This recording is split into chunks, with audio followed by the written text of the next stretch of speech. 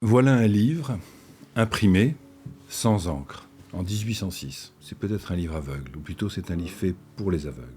Il s'agit de la grammaire française de Laumont, en relief. Waouh, Imprimé par l'Institut royal des jeunes aveugles en 1806. excellent. Le principe a été mis au point par Valentin Haüy. Le papier est gaufré, ensuite les feuilles sont collées entre elles pour avoir le sens d'un livre. Et c'est ainsi qu'on pouvait apprendre aux aveugles à lire.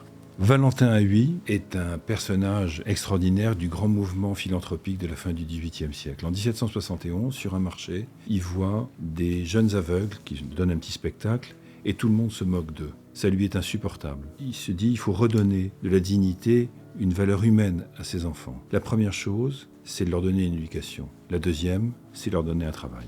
Et en 1784, ils fondent l'Institut royal des jeunes aveugles. L'idée géniale, comme ils ne peuvent pas voir, et qu'ils ont un toucher qui est beaucoup plus développé, c'est d'imprimer en relief. Parmi ces élèves, il y a un certain Louis Braille. Braille a appris à lire avec le système d'Haüy. Braille met au point son système qu'il publie en 1829. Le premier livre imprimé en Braille, c'est-à-dire avec ce réseau de points, qui est beaucoup plus précis, évidemment, que ça, et plus rapide à lire. Le premier livre est dans les années 1830, 1837, je crois. Là, on est en 1806. Incroyable, j'avais jamais vu ça.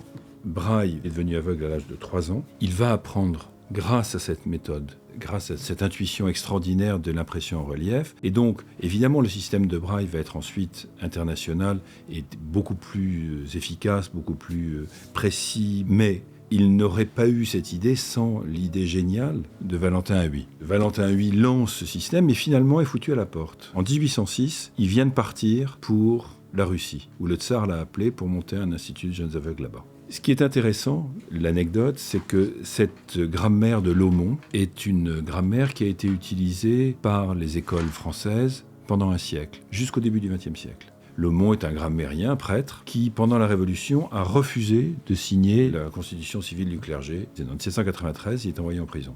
Valentin et son frère aîné, le minéralogiste René Juste, vont se battre pour le faire sortir de prison. Cette grammaire est imprimée selon la méthode de Valentin Haüy, qui a été le sauveur de Laumont quelques années plus tôt. C'est relié de façon très sobre. Le but n'est pas d'avoir des ors, puisque personne ne peut vraiment les voir. C'est un livre de pratique. C'est plus qu'un livre sans encre, c'est un bout d'humanité.